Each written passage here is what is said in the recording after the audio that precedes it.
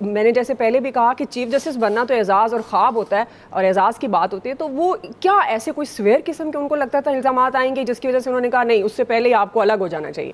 اللہ کرے جو آپ سوچ رہی ہیں ویسے ہی ہو, اصلاح ہو جائے. سب سے بڑی چیز تو یہی ہے نا, اصلاح ہو جائے. ویسے تو میرے قائد کا انفینشڈ ایجنڈا جو ہے وہ بڑی تیزی سے پورا ہو رہا ہے. ظاہر یہ قائد کے ناپسندیدہ ترین ججز میں تھے, ان کے حوالے سے گفتگو بھی ہوتی رہی ہے. ایک جج رہ گئے ہیں بس, جسٹس منیب اختر. دیکھتے ہیں ان کا مستقبل کیا ہوتا ہے. یہ تو خیر 2 تو چلے گئے, وہ ٹھیک ہو گیا. اور یہ بات بھی فیکٹ ہے کہ ججز کے لیے ایک اور چیز بڑی امپورٹنٹ اس میں سبق بھی ہے, یہ جو چل رہا ہے. وہ ٹھیک ہے, وہ کہیں جی کہ وہ کوئی ڈریکونین رول چل رہا تھا, جو بھی ہو رہا تھا قاضی صاحب کا, وہ اختلافات, وہ سارا کچھ اپنی جگہ ہے. لیکن کوئی بھی شخص کسی منصب پہ بیٹھا ہوا جب استعمال ہوتا ہے کسی کے ہاتھوں تو اس کا انجام پھر یہی ہوتا ہے. یہ سیدھی سی بات ہے, اس میں کوئی دوسری رائے ہو نہیں سکتی. دیکھیں روایت یہ رہی ہے کہ جب سپریم جوڈیشل کاؤنسل میں چلا گیا کسی جج کے بارے میں مس کنڈکٹ کے حوالے سے, یا جو بھی وہ چیزیں جاتی ہیں, وہ اگر استعفیٰ دے دے تو اس کے بعد وہ ختم ہو جاتا ہے معاملہ کہ بس ٹھیک ہے مستعفی ہو گیا. یہ بھی ایک نئی روایت پڑھنے جا رہی ہے جو قاضی فائز عیسیٰ صاحب نے کی ہے, چیف جسٹس صاحب نے, کہ وہ ریفرنس چلانے کا فیصلہ کیا ہے. یہ اس سے پہلے نہیں ہوا. بہت اچھی بات ہے. میں کہتا ہوں کہ اس سلسلے کو اب مستقل ہو جانا چاہیے کہ کوئی مس کنڈکٹ جج نے کر دیا ہے یا کوئی بھی مطلب جو ساکھ کو نقصان پہنچائے کسی بھی ادارے کی, اس کی اکاؤنٹیبلٹی ہونی چاہیے نا. یہ کیا ہوا کہ وہ استعفیٰ دے گیا اور اس کے بعد آپ کہیں کہ جی بس ٹھیک ہے, چونکہ وہ مستعفی ہو گیا تھا اس لیے وہ پینشن وینشن لے کے آرام سے گھر پہ بیٹھ کے انجوائے کرے, اور پھر پینشن بھی ماشاءاللہ اور جو مراعات اس کے بعد بھی ہوتی ہیں ان کی ججز کی, وہ تو 100% تنخواہ کے برابر. بہت بالکل. آپ اندازہ کریں نا کہ یہ کیا ظلم ہوتا ہے اس ملک میں, اور وہ ہوتا چلا جا رہا ہے. کسی کو یقین کریں, مطلب کسی کو کوئی پرواہ نہیں ہے. یہ جو سٹیٹس کو کی حامی قوتیں ہوتی ہیں نا, یہ بنیادی طور پہ وہ چاہ رہی ہوتی ہیں کہ وہ برقرار رہے, لیکن یہ ٹوٹنا شروع ہوا ہے. مجھے تو بڑی خوشی ہو رہی ہے کہ یہ ٹوٹتے ٹوٹتے اصلاح کی طرف چیزیں جانی شروع ہو جائیں, اور پھر ہر جج کو یہ پتہ ہوگا کہ وہ یہ نہیں کہہ سکے گا کوئی جج کہ جی وہ میرے بچوں کے ساتھ اگر کسی نے معاملہ کیا ہے تو میرا تو اس میں کوئی قصور نہیں ہے. بھائی آپ اگر جج اتنے بڑے عہدے پہ ہیں اور آپ کا بچہ اگر کوئی غلط کام کرتا ہے تو وہ آپ کی پوزیشن کی وجہ سے وہ غلط کام کرنے میں کامیاب ہو جاتا ہے. لوگ اس سے آپ سے ڈر کے اس کے ساتھ کر رہے ہوتے ہیں نا معاملات, یا آپ کو خوش کرنے کے لیے. مطلب یہاں یہ اس سے بڑی افسوسناک صورتحال کیا ہو سکتی ہے کہ لوگ یہاں تک کہنا شروع ہو گئے کہ یار وکیل کرنے کی ضرورت ہی نہیں ہے, جج کر لیتے ہیں. تو جس ملک میں ججوں کے حوالے سے یہ تاثر بن گیا ہو, اس ملک میں تو بہت زیادہ ضرورت ہے اصلاح کی, اور بہت زیادہ ضرورت ہے اکاؤنٹیبلٹی کی. اللہ کرے یہ صاحب صرف استعفے کی حد تک اکاؤنٹیبلٹی ہوگی, یا آپ کو لگتا ہے کیونکہ ریفرنس دائر نہیں ہوا تو اب انکوائری ہوگی؟ نہیں, یہ تو خیر یہ تو اب انکوائری ان کے خلاف سپریم جوڈیشل کاؤنسل تو نہیں کر سکتی نا, کیونکہ ابھی ریفرنس کو نہیں آیا تھا. اس کے لیے کچھ اور وہ فورمز موجود ہیں, وہاں ہونی چاہیے. شکایت کہہ رہے تھے نا وہ ابھی جہاں زیب کے موجود ہیں.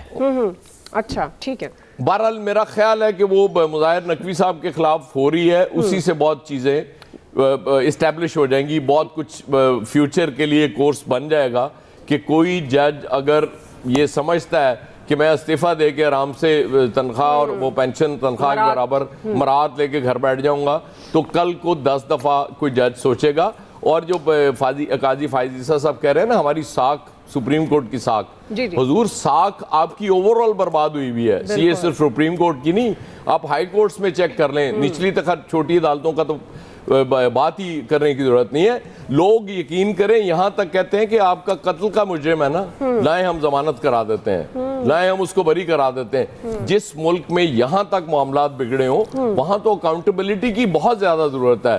تو میں پھر وہ اسی دعا کے ساتھ جو آپ نے جس خواہش کا اظہار کیا تھا کہ اللہ کرے کہ یہ اصلاح کے لیے اکاؤنٹیبلٹی ہو رہی ہو, یہ صرف اس لیے نہ ہو رہی ہو کہ جی یہ چونکہ مخالف جج ہیں اس لیے ہمارے ساتھ انہوں نے یہ ٹھیک نہیں کیا تھا, اب ہم نے ان کے ساتھ ٹھیک نہیں کرنا. جیسے میں قاضی صاحب کے حوالے سے کہتا ہوتا ہوں ہمیشہ کہ جب پی ٹی آئی کا کوئی وکیل آتا ہے تو ان کا رویہ ڈیفرنٹ ہوتا ہے اس کے ساتھ.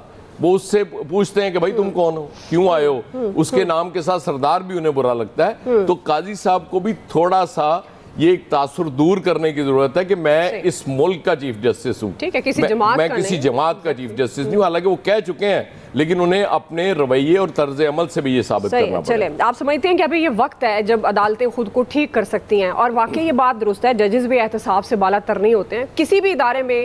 جب ہم صرف کوئی سیاستدانوں کے احتساب ضروری نہیں ہوتا، تمام اداروں کے جتنے بھی پارٹیسپینٹس ہیں، جتنے بھی اسٹیک ہولڈرز ہیں، سب کا احتساب ہونا چاہیے۔ فیصل صاحب، آپ کو لگتا ہے کہ واقعی وہ جو شکوے شکایات کے عام آدمی جو ہے وہ تو انصاف کے لیے در در کی ٹھوکریں کھاتا ہے اور اس کی سنوائی نہیں ہوتی ہے، لیکن جو ذرا طبقہ اشرافیہ جو آپ کو بہت پسند ہے ان کو وہ فوراً سن لیتے ہیں ان کی اور یہی فیصلے پھر عدالتوں میں ہوتے ہیں اور وہ ہوتے ہوئے بھی نظر آتے ہیں؟ تو آپ اس استعفے کو کس طرح سے دیکھتے ہیں؟ آپ کو لگتا ہے کہ واقعی یہ استعفیٰ ایک مائل سٹون ہوگا اور واقعی ججز احتساب کی زد میں آئیں گے، واقعی ان کو پتہ ہوگا کہ ہمیں کسی کے اپنے معاملات اکارڈنگ ٹو جو ان کی ایک دائرہ کار ہے اس کے اندر رہ کر کرنے ہیں؟ فیصل صاحب،